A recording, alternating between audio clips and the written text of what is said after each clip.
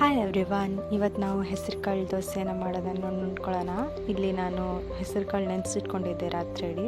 ಅದನ್ನು ಮಿಕ್ಸಿಗೆ ಹಾಕ್ಕೊತಿದ್ದೀನಿ ತೊಳ್ಕೊಂಡು. ಅದಕ್ಕೆ ಈರುಳ್ಳಿ ಹಾಕ್ಕೊಳ್ತಿದ್ದೀನಿ. ಸಣ್ಣ ಚಾಪ್ ಮಾಡಿರೋ ಈರುಳ್ಳಿ ಹಾಕ್ಕೊತಿದ್ದೀನಿ.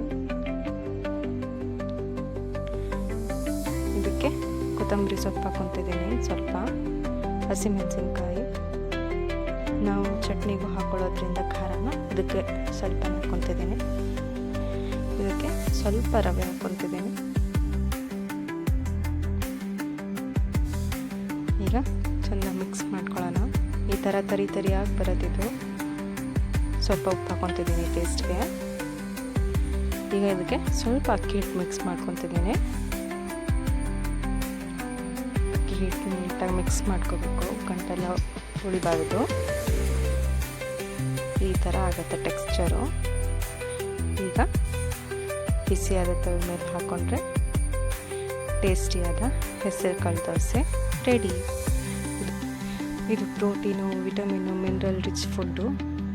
ಸೊ ನಿಮ್ಮ ರೆಗ್ಯುಲರ್ ಲೈಫಲ್ಲಿ ಇದನ್ನು ತಿಂಡಿ ರೂಪದಲ್ಲಿ ಇಟ್ಕೊಳ್ಳಿ, ತುಂಬ ಒಳ್ಳೆಯದು. 100 ಗ್ರಾಮ್ ಹೆಸರುಕಾಳಲ್ಲಿ 7 ಗ್ರಾಮ್ ಪ್ರೋಟೀನ್ ಇರುತ್ತೆ. ಸೊ ತುಂಬ ಒಳ್ಳೆಯದು ಹೆಲ್ತ್ಗೂ. ಟೇಸ್ಟ್ ಕೂಡ ತುಂಬ ಚೆನ್ನಾಗಿರುತ್ತೆ. ಟ್ರೈ ಮಾಡಿ ನಿಮ್ಮ ಮನೇಲೂ. ಮಕ್ಕಳಿಗೆಲ್ಲ ತುಂಬ ಇಷ್ಟ ಆಗುತ್ತೆ. ಸ್ವಲ್ಪ ತುಪ್ಪ ಹಚ್ಚಿ ಬೇಯಿಸ್ಕೊಂಡ್ರೆ ಬಿಸಿ ಬಿಸಿಯಾದ ಹೆಸರುಕಾಳು ದೋಸೆ ರೆಡಿ.